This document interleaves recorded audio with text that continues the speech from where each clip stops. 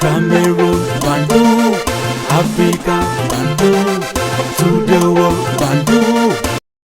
On va tout voir au Cameroun avec le conflit actuel entre le MINSEP et la FECAFOOT. On va tout voir. L'interprétation des textes, la compréhension des difficultés, pourquoi tel est en train de faire telle chose, c'est parce que tel est en difficulté aujourd'hui. Les finances, c'est pour qui doit faire quoi, est-ce qu'il y a une ligne budgétaire pour telle ou telle autre chose. C'est la complexité de cette histoire. Les gens qui combattent la Fédération camerounaise de football avaient pensé que la CAF devait régler l'affaire.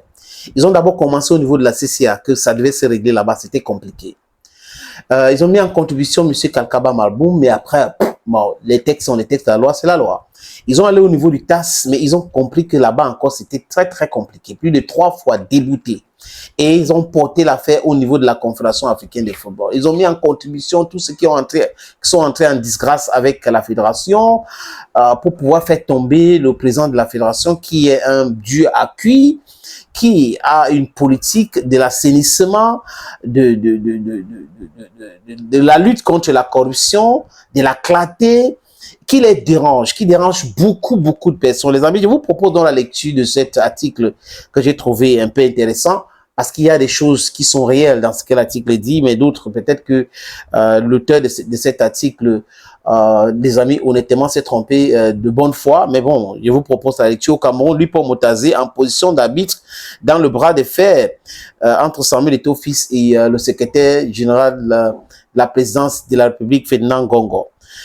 Tout en jouant la carte de la prudence, le ministre Lupo Motazé pourrait bouleverser la guerre d'usure à laquelle se livrent Samuel Eto'o-Fils et Ferdinand Ngongo de la présence autour de la gestion de sélection nationale. C'est une guerre d'usure, pour l'instant sans vainqueur ni vaincu. Pour certains des belligérants, en l'occurrence le MINSEP des sports et l'éducation physique qu'il finance, pourrait commencer à manquer de force, dont le ministère des Sports, selon cet article, pourrait commencer à manquer de force.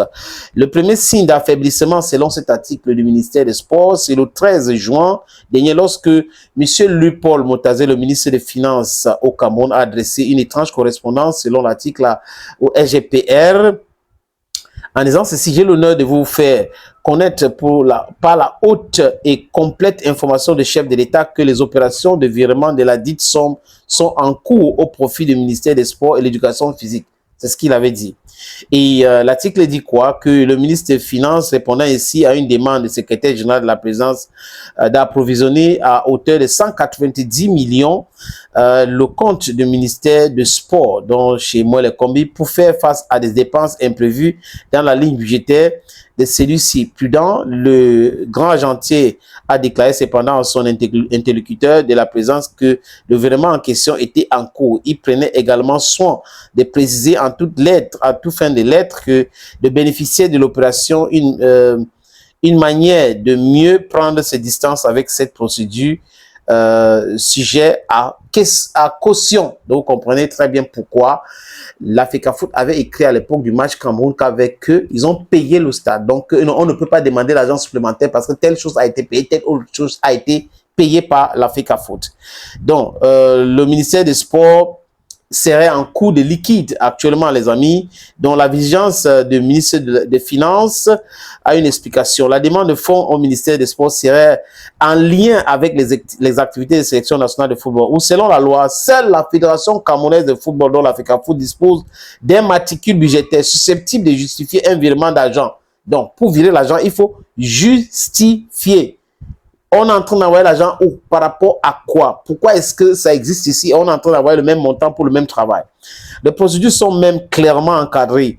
Décaissé par le Trésor public, l'argent est mis à la disposition d'un agent comptable détaché par le ministère des Finances auprès de la FECAFOOT. Ces fonctionnaires procèdent ensuite selon les indications du président de la FECAFOOT, seul ordonnateur des dépenses. C'est lui le seul ordonnateur des dépenses. C'est cette procédure qui prévaut notamment à ce qui concerne le salaire d'encadrement des sélections nationales, où Samuel Eto'o-Fils, président de la FECAFOOT, n'a toujours pas contresigné le contrat de Marc Brice, le sélectionneur des lions indomptables. De ces adjoints et encore moins ceux de membres du staff imposés par le ministre de Sport et l'Éducation physique. En s'agissant de la gestion de la sélection nationale, une prérogative normalement exclusive à la FECAFOOT, sans attendre les modifications législatives et réglementaires. Le ministère des Sports, dont on assiste pour les combis, embarrasse donc le ministre de Finances, selon l'article. Donc, lui, pour nous dire, ne peut pas réagir sans la signature de Samuel Eto'o-Fils. Le ministre des Finances ne saurait débloquer des fonds pour les rémunérations du staff. En attendant, ces personnels dont doit payer par la caisse d'avance du ministère des Sports. À bout de souffle et sur le budget de la présidence de la République, ces dispositifs étaient censés être provisoires. Ngongo et moi, les combis, avaient donc parié sur la suspension de Samuel Eto'o-Fils, président de la confédération, président de la Fédération camerounaise de football. Peut-être cette petite lapsus a un sens. Eto'o sera prochainement le président de la Confédération africaine de football, parce que ces deux-là seront l'article comptait sur le fait que la CAF devrait démettre de ses fonctions et suspendre à vie Samuel Eto'o-Fils.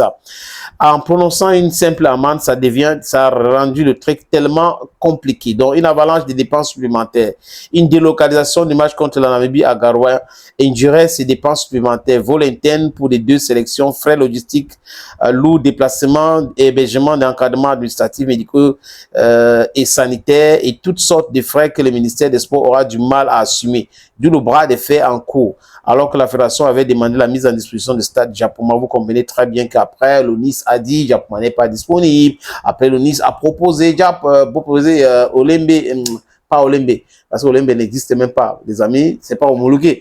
Proposer Amadou Aïdjo et après proposer Rumdaja. Le FECAFOOT a choisi Dongaroua et ça rend le truc très très difficile selon cet article pour le ministère de gérer cette affaire-là du côté des Garoua ou de Douala à Yaoundé. Ils peuvent jongler. L'UNIS n'a non plus rendu les armes dans le 27. On a 29, on a vu la sortie de l'ONIS et la FECAFOOT est restée calme, donc ça les perturbe. Et hier, bam, la FECAFOOT a sorti notre courrier pour les indiquer que la CAF a donné son OK pour Garoua et les Namibiennes aussi sont OK pour Garoua. Les amis, let's wait and see. Thank you.